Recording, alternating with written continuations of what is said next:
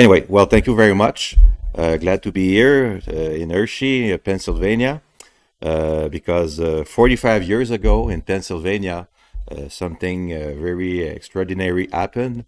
That's what I'm going to talk about to you. If we see the next slide, this is George Plimpton. Maybe most of you know him. For those of you who don't know him, Mr. Plimpton was a writer. He was a journalist. He came from a very rich family, let's say it that way. Born in New York, he went to Harvard. Then he went to Cambridge University in England. So he was the editor of the Paris Review. Paris Review was a literature magazine about American contemporary literature. So all these things we're not supposed to talk about in the SIR meetings, but we will talk about George Plimpton because he is closely uh, linked to hockey history. If we show the next slide, it's not a very good picture, but then again, do we have a good picture with Ernest Hemingway? Maybe not, but we can see on the right George Plimpton and Ernest Hemingway. So they knew each other. It is said that once Ernest Hemingway said about George Plimpton to other people, he said, well, he's the real thing, he's the real deal. Watch that guy. He's going to be a great writer. Well, he was a great writer, George Plimpton, but maybe not in the sense that Ernest Hemingway meant. If we show the next picture, what Mr. Plimpton did was, it's called participatory journalism.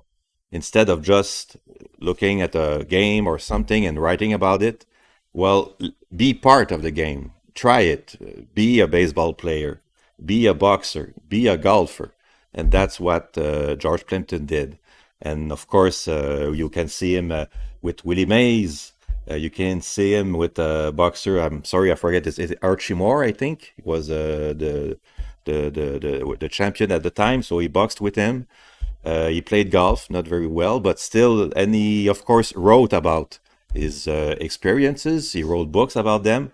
And if we go to the next image, of course, the most famous experience, journalistic experience, was when George Plimpton played for the Detroit Lions in a preseason game. And he wrote a book about that, and the book is called Paper Lion.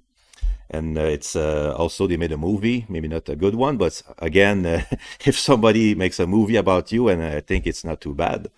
So yes, it looks great, but if you look at the bottom picture, if you go back, sorry, the bottom picture, that's quite accurate. It didn't go very well with the Detroit Lions being quarterback, extremely precise. The smallest mistake and the play doesn't work. So it didn't go very well, but still he continued. And if we see the next slide, he played with the New York Philharmonic Orchestra with Leonard Bernstein.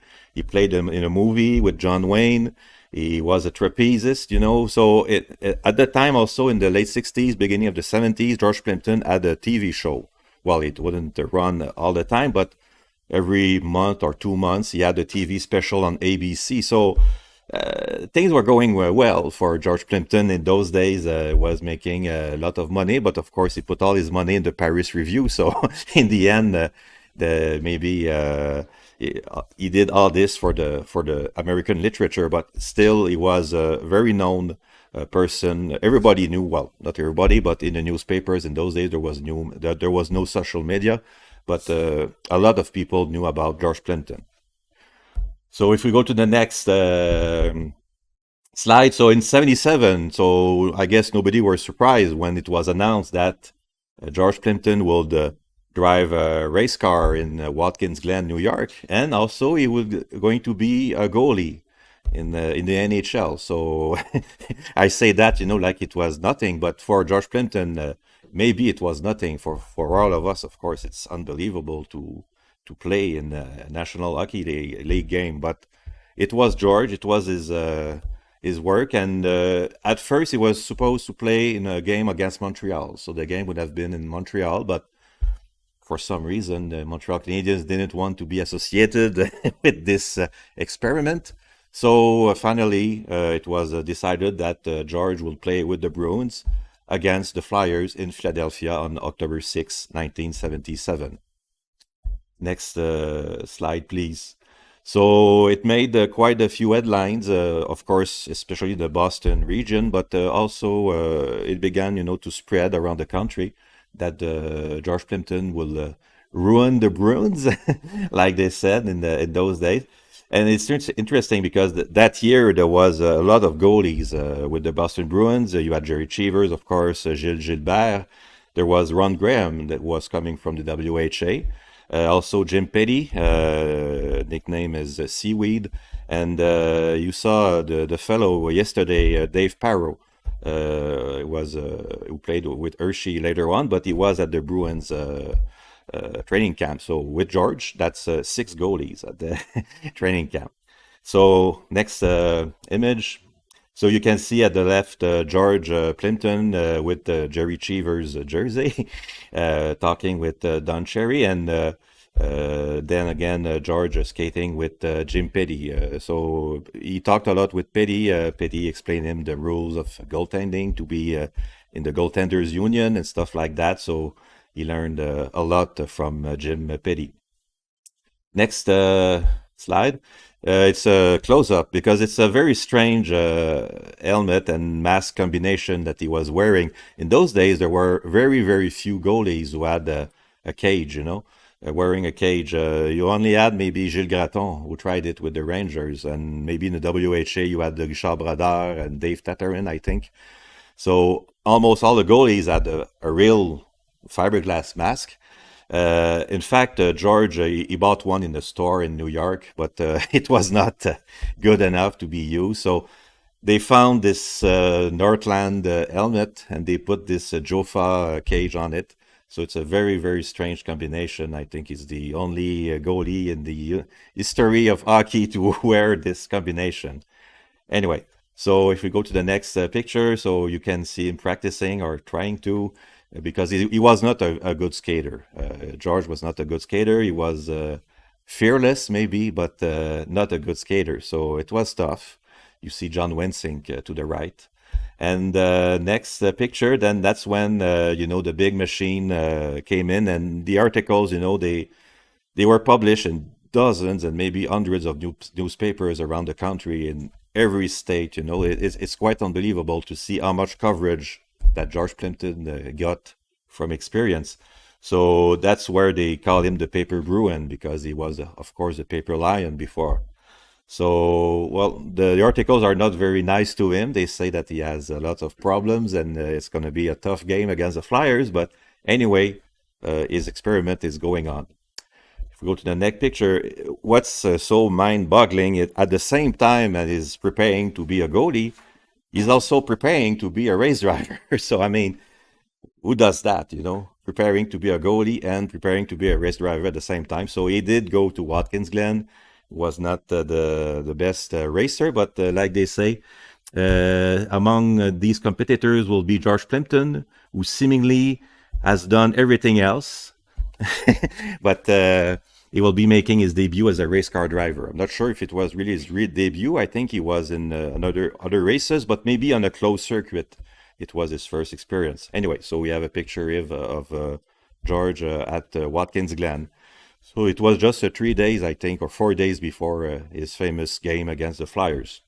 Next slide, we can see him before the game, getting his equipment on. I think it's Frosty, the trainer for the Mr. Forstall, I think, for the Bruins. So they say it's scared stiff. Maybe he's not scared, but he was very maybe worried about what was going to happen against the Flyers. So it was a 5-minute game before the preseason game. So it was never official or any kind. There's no official stats of this game that George played in. It was just a 5-minute game before. So I think there's something on the screen. Anyway, so can we go to the next presentation? Not presentation, sorry, next slide. So there's a train also. So that's George coming out of the tunnel into the spectrum, a great experience. He wrote, of course, a lot better than about it than when I'm telling you. Next slide. So he's talking a little bit with Don Cherry, and also we can see Ron Graham along the boards at the spectrum before the game. And we almost lost the picture. If we go to the next slide, just a little recall. When he played with the Lions, he had number 0, and with the Bruins, he had 00. So I made my old Boston Bruins jersey personalized to George. But then again, there's always something wrong. If you go to the previous image, you're going to see that the little Bruin on the shoulder is missing. So his jersey was kind of I don't know, they made it especially for him, so they forgot to put the little Bruins on the shoulder. So my replica is not accurate. Well, it's there. It's just that you don't see it on the picture, but the other players, they have it. So you can see, you're going to see them on the pictures. Well, I hope. If not, I will apologize for my mistake. So not the next, but the next picture, and then the one after that. So yeah, you can see the little Bruins on the shoulders of the defenseman. So why? Okay, so maybe we can go to the next slide. Okay, so it doesn't begin very good. The first minute or two, they spend it on the Flyers' end of the rink, so it's okay. But the first shot goes in, so it was a deflection. So to be honest with Plimpton, it was almost impossible to stop. But still, it's a goal on the first shot, and you know how it is for the goalies. It's very tough mentally, even for George. So next picture. Actually, it's a composite of many pictures. You can see George in action with his, how can we say it, unorthodox style. And I think we lost the presentation. Don't worry, we'll be there. We'll be back soon. So yes, he didn't have a lot of time, of course, to prepare to be a goalie. Those things take time, of course, to become a goalie. It takes months, years of hard work. So George had only a few weeks, but still he was playing. And if we see the next slide, maybe we won't see it here, but people who are at home, they will see the picture. People are laughing in the stands. Most of them are laughing because you can really see that the goalie is way behind. He's many seconds behind the action. So still, people laugh, but in the end, George had the last laugh because next picture, somehow he made 6 or 7 saves. There was also one goal post, or maybe 2, we don't know. But he did very good for a goalie with almost no experience. And he stopped Reggie Leach's penalty shot. Everybody knew there was going to be a penalty shot. Everybody said, well, I'm sure there's going to be a penalty shot. And of course, Mike Milbury threw his stick, or someone else. And there was Reggie Leach, big star for the Flyers. Yes, Jerry Chavers told Reggie Leach not to make a slap shot, but still he made a shot. He shot on George, and George made the save. Acrobatically, he just went very far from his net, and he just slided in front of Reggie Leach, and the puck hit his skate. So great save. And next slide. After making his save, George was, of course, congratulated by all his teammates. So what happens after that? Next slide. George goes under the stands. He makes he answers the questions of journalists and stuff like that. Meanwhile, there's a huge brawl between the Bruins and the Flyers. Hundreds and hundreds of minutes of penalties. There's also a fight under the stands between a few Flyers and Bruins players. The reason, well, if there has to be a reason, is that the game before there was a cheap shot from Terry O'Reilly to one of the Flyers players. So that's retaliation that we're seeing now. So finally, George missed everything. We're gonna see the next slide. Of course, it's all in the newspapers in the following days. In those days, it took maybe 3 days before the people got the information, but they got it. So the Plimpton survives the Flyers. Plimpton is another parent. Plimpton shines for in nets for the Bruins. But Plimpton's finds hockey no fun. So yes, it was a tough experience for him, but still it was filmed. So there are films from that game. They're not on YouTube, sorry, but if you buy the DVD about Plimpton, it's called Plimpton with exclamation point. There are a few scenes from the game, so it really happened.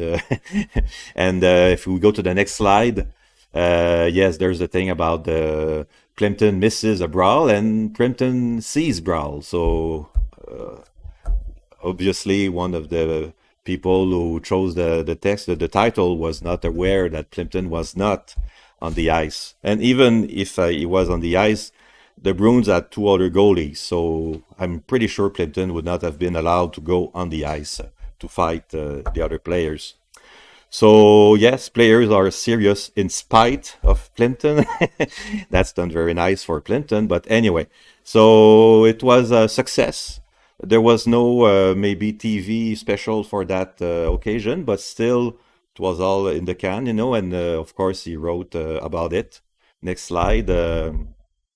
There were articles in Sports Illustrated and other places, and in French also. I saw this article in Sélection du Reader's Digest. I saw it when I was maybe 6 or 7 years old, so it touched me to the point that I became a goalie. Maybe not because only of George, but still I read that article dozens and dozens of times. Next slide. Of course, in the following years, Plimpton maybe he didn't star in other sports, but he did make a lot of advertisements for in television, showing that in television games were better than Atari games, and that's in that case that's pretty obvious. Next slide, please. So in '85, that's maybe George's most famous article, "The Curious Case of Sid Finch," a young pitcher that came from nowhere. He was a yoga also. He did yoga. He wasn't sure if he was really going to be a pitcher. There are things more important in life than being pitcher. But still, he went to the Mets training camp and he had a 140-mile-per-hour fastball. Nobody heard about him, and well, there's a good reason for that. The date of publication of the article is April 1st, 1985. So it was all a hoax. It was a hoax, but still, he made a book about that also. Speaking of books, next slide. Finally, in '85, the book Open Net was published. So it's mainly about George's experiment as a goalie for the Bruins, but also it's a book about hockey in general.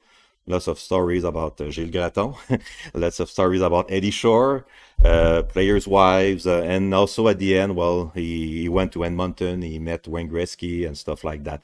So quite an interesting book about hockey. And it's been republished in many covers, and they seem to be uglier and uglier each time. The last cover is stupid because it's not even showing a goalie. So I mean, who chose that picture? I don't know. So that's about it. I think next slide. No, just to say a few words about George. He stayed a Boston Bruin fan. Well, he was a player, so I mean, technically he stayed with the Bruins, even when he went to the Madison Square Garden, because he lived in New York, of course. Well, when he went to the Garden, he had this Bruins pennant, but maybe he didn't take it to the blues, the blue seats, but he did have his Bruins pennant when he was sitting in his lodge or his front row seats, of course. So I think that's about it now. I know that there are one more slide, As any important person, well, George was in The Simpsons. So where he was playing his usual role of somebody who knows about everything with his kind of a English accent, but not really English. And well, like they said, there was a book about him when he died. The book is called George Being George. So he was really someone else. And next slide and last slide, he was also the commissioner for fireworks in New York. If you don't know that, he was very fond about fireworks. So what a great, well, I think we can say he was a great man. Maybe not a great goalie, but he was certainly a great man. He died in 2003, but we still think about him. Thank you very much.